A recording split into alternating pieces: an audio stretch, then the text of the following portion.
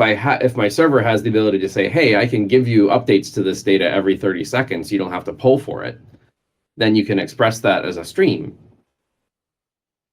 and set up your resource to just, it gets a new value every 30 seconds, and the UI just stays in sync with that. Thank you. Go ahead, Ed. What's a use case? I'm having trouble envisioning what I'm streaming. What am I streaming here? So imagine that you actually have a data client, right, that can load data incrementally. So you say, I want to show 1,000 rows in my data table on the page, but I don't want to do an HTTP request that gets back a blob of JSON for the 1,000 rows all at once, because that's going to make the user wait until I parse and create all those rows and everything. I want to get back just the first 20 rows so I can go ahead and get them on the screen. And then over time, as the server is able to send me more data, I want to add that to my display.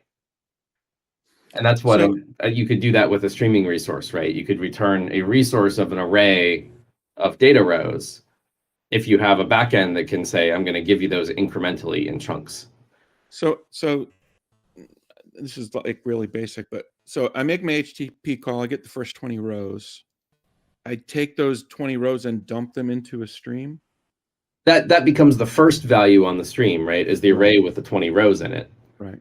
And then the next value on the stream is the separating. That's a separate step from actually making the HTTP call. Yeah. The resource is kind of unconcerned with how you fetch the data. You could make HTTP calls, you could do GraphQL, you could do WebSocket to go and talk to the server and get back values. So the stream is intermediate between my HTTP call and my UI. Yeah. Or my RX resource. Yeah. Okay. The other kind of use case is if you have a server that can actually push you updates, right? So I'm paying attention to I'm fetching data for a stock ticker, and I could get back, the current price of all of the things that I'm concerned about. But if my server has the ability to say, hey, I can give you updates to this data every 30 seconds, you don't have to pull for it, then you can express that as a stream and set up your resource to just, it gets a new value every 30 seconds, and the UI just stays in sync with that.